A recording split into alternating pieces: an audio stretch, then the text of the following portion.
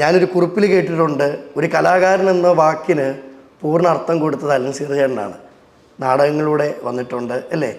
ഞാൻ അങ്ങനെ അർത്ഥമൊന്നും കൊടുത്തിട്ടില്ല.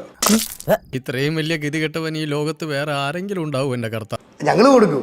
ഞാനിപ്പോൾ അനർത്ഥം തേടി നടക്കുകയാണ്.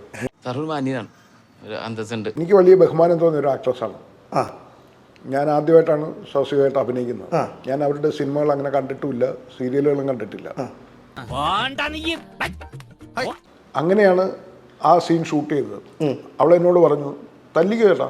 ഏതായാലും പടച്ചോനാണ് ഒരു കാര്യം തീർച്ചയാ, നമ്മൾ വിചാരിച്ചോ നല്ല ഊളി.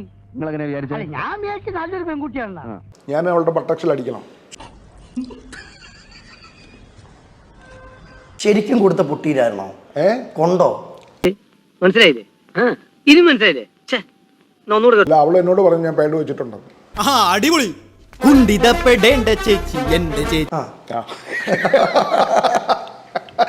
ഒരു വിഷയത്തിൽ അടിച്ചോ അല്ലേ?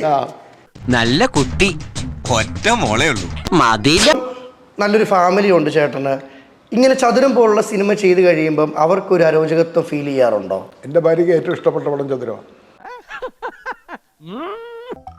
ഒരുപക്ഷെ നടനല്ലായിരുന്നെങ്കിൽ ഒരു അച്ഛനായനെ, ഞാനൊരു ഗുണ്ടയായനെ, ഇടിച്ചേനെ, വെടിവെച്ചനെ.